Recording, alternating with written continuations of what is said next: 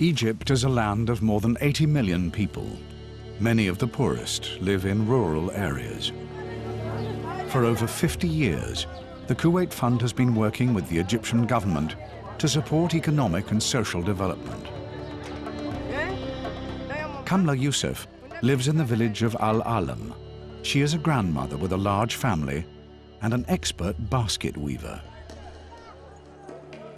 She was one of the millions who spend their lives below the poverty line. She applied for a microcredit loan, a scheme specially designed to promote private enterprise. With the money she was awarded, she was able to start her own basket weaving business.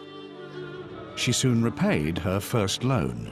She is now on her third, and her business continues to grow.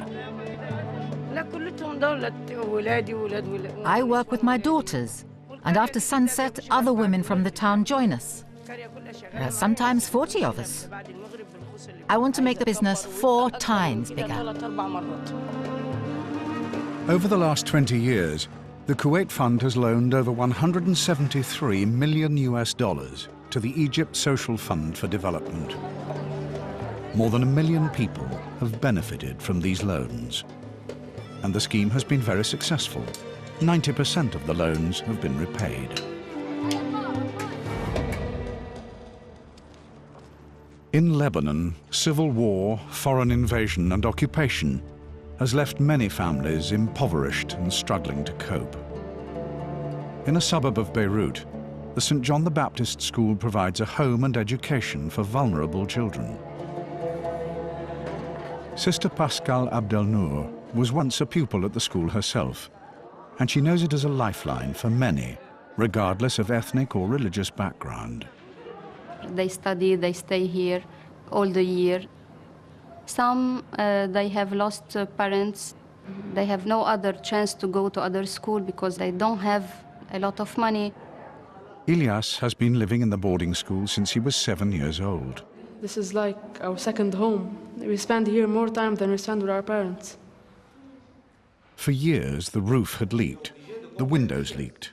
In winter, the children shivered. Sister Pascal applied for assistance. In 2006, the Kuwait Fund agreed to renovate her school.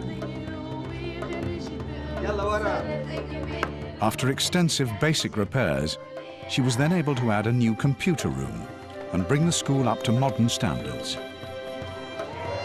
The fund has now provided 26 schools in Lebanon.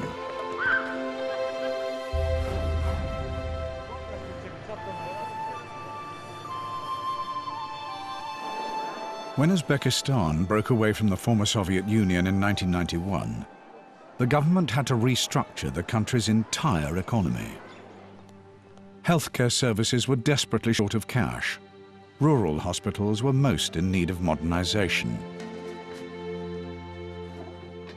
Dmitry Alibek appears to have acute appendicitis. Without X-rays, ultrasound, or adequate diagnostic equipment, his condition would have been fatal. During Soviet times, we were well equipped, but in the last 20 years, we were not getting any new equipment. Everything was worn out. In 2006, the Kuwait Fund responded to a request to re-equip 171 clinics across the country at a cost of $21 million. Today, the new technology and training is transforming medical practice, and people are returning to their rural clinics with renewed trust. The next morning, Dimitri's family are relieved to find him recovering well. Nationwide, diagnosis has improved by as much as 80%, and the survival rate greatly increased.